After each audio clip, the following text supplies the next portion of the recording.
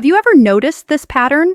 The instant you stop pursuing someone, the dynamic completely shifts. It doesn't happen gradually. Overnight, something changes, not in a week or a month, but right away. A switch flips inside her, one she can't quite put her finger on, and all of a sudden, memories flood back. She starts recalling what it felt like when things were good, what she had before it slipped away. Before I dive deeper, if you're finding value in this, consider subscribing. This isn't just casual content. It's raw, unfiltered insight that can change how you approach relationships. If you're ready for more truths like this, that subscribe button is key. Let's keep going. Here's a reality most guys overlook. Women don't truly miss you when you're constantly present and available. They miss you when you're absent, not just physically, but emotionally and mentally detached.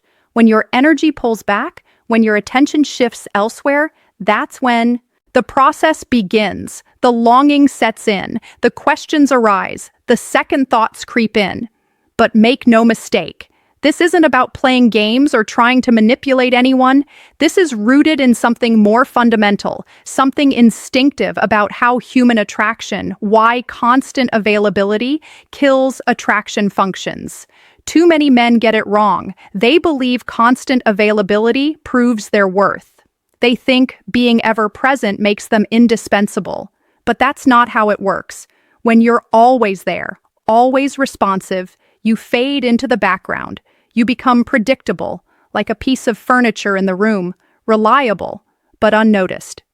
She stops viewing you as a desirable partner and starts seeing you as a convenience, a fallback, something that's just there. And anything in the background inevitably gets overlooked and undervalued.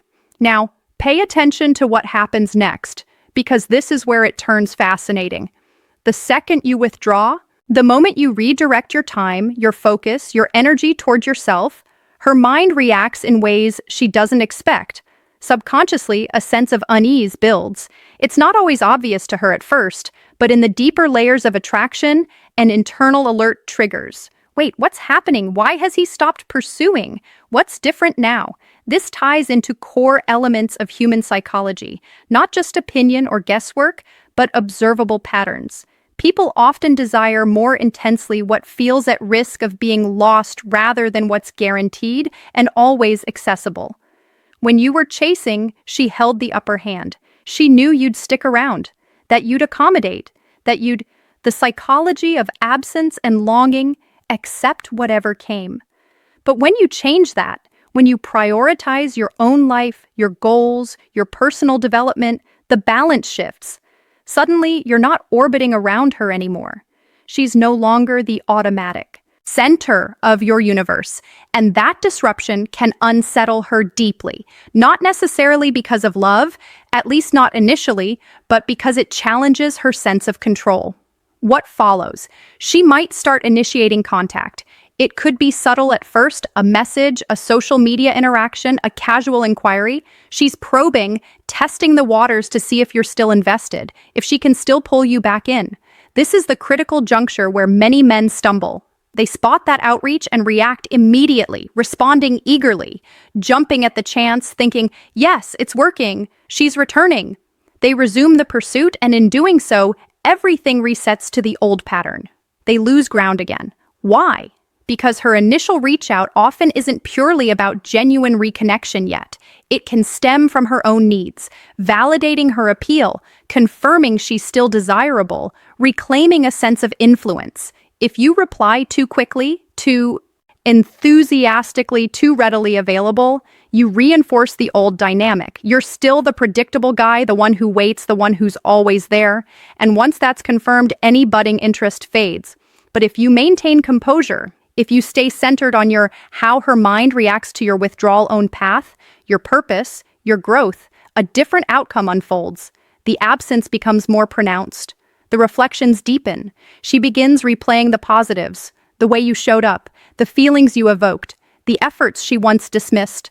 Now, in your absence, those things stand out. They linger. This is the intriguing paradox of attraction. Value often isn't fully appreciated until it's withdrawn. Presence can breed complacency. Distance can highlight worth. And no, this isn't about being cruel or punitive. Attraction doesn't always follow logic or fairness. It's deeply emotional, instinctive, tied to perceived value and self-respect. Your true value as a partner isn't proven by endless giving or availability. It's demonstrated through self-prioritization, knowing when to step back, refusing to accept being undervalued, showing the strength to walk away if needed. That's the energy that resonates. Confidence, boundaries, authentic self-respect. Let's explore why this dynamic emerges in the first place. Why do people sometimes undervalue solid partners? It's not always deliberate. Sometimes it's unconscious patterning. People gauge others' worth partly by how those individuals treat themselves. If you're the critical mistake most men make when she reaches out endlessly accommodating, always adjusting your life to fit theirs, always tolerating less than you deserve, what message does that send? It signals that your own time and energy aren't highly valued by you. And if you don't prioritize them, it's hard for someone else to. The tough truth. You influence how others treat you through your actions and boundaries or the absence of them. Every time you put everything on hold for her, rearranged plans, overlooked inconsistencies, you communicated non-verbally that her needs outweighed yours.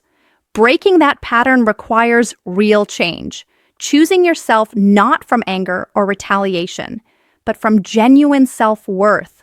Refusing to be an afterthought while making someone else your everything. When you create that space through withdrawal, it allows room for reflection, room for emotions to surface, for realization to set in. She might recognize what was truly there, what she risked losing. Not just any guy, but one who genuinely invested, who showed care in meaningful ways.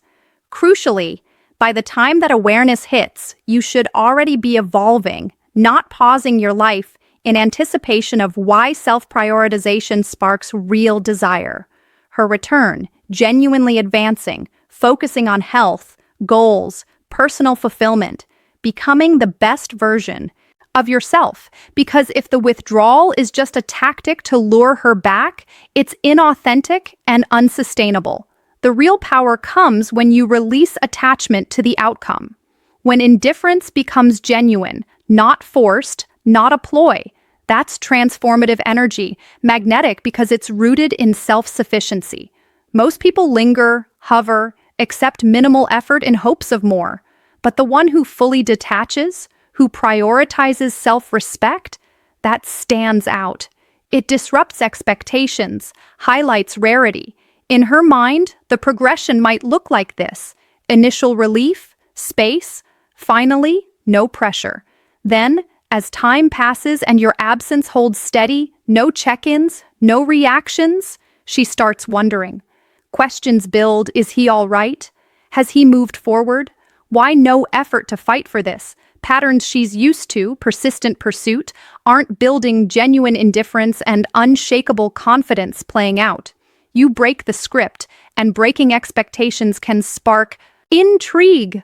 Self-assured detachment is compelling on a profound level. Comparisons might emerge, too. New attentions feel lacking in depth because they don't carry the same grounded strength you demonstrated by stepping away. That said, this isn't a foolproof formula for reconciliation. Sometimes interest reignites, sometimes it doesn't. The true win isn't about her return. It's about you elevating your standards, refusing undervaluation, attracting connections built on mutual respect and matched effort. If she's not capable of that, then the space created is a gift to you. It reclaims your autonomy, your emotional center, your choices.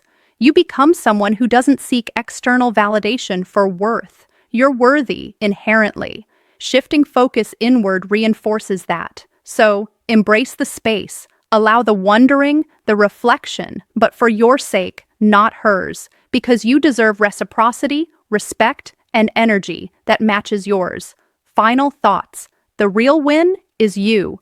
Commit to that standard, and the shift impacts everything: relationships, self-perception, life overall. You cultivate unshakable confidence, the kind that's quietly powerful, not because it draws others in, but because it frees you from needing them to. If this resonated deeply, subscribe for more unfiltered insights. This is about real growth and freedom. Catch you in the next one.